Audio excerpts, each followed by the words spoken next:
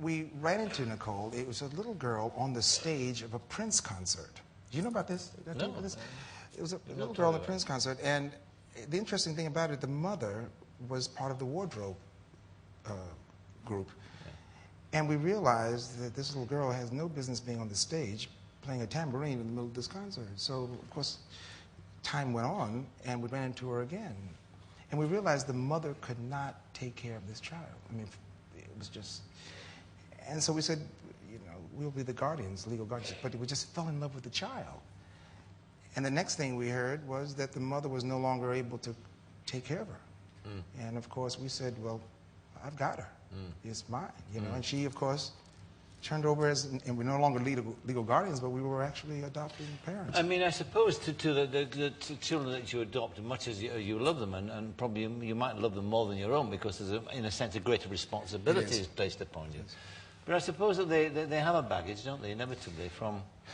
You know, I think what we found with Nicole was, in fact, kids in general, all you need to do is 35 to 100% of love.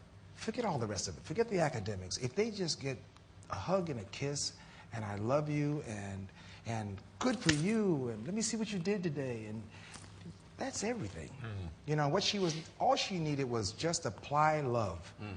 And the rest of it just blossomed. But she did have a problem. I mean, growing up, as a teenager. I mean, all teenagers go through, and Hollywood too. I was going to say Hollywood, California, and teenagers. Give me a break. Yeah. I mean, what I went through growing up in Alabama and New Orleans. I mean, give me a break. Compared to what they do there, we would sneak off and maybe find a can of beer.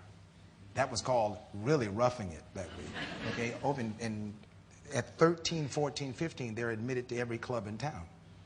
So you have to understand, where do they go to hang out? Excuse me, that's Sunset Strip. And of course, in my growing up, the entire community, I was raised by a village. In other words, I didn't have to hide from my mom and dad. I had to hide from the entire town. Yes, yes. You know what I'm saying? Because everybody's parents knew me. In fact, I never knew I had a name. I was always Little Richie. Yeah. You're Alberta's son. It's Lionel's son. So what happened with Nicole is, in this case, is that they've got so many people that are there, just absolutely allowing them to do everything.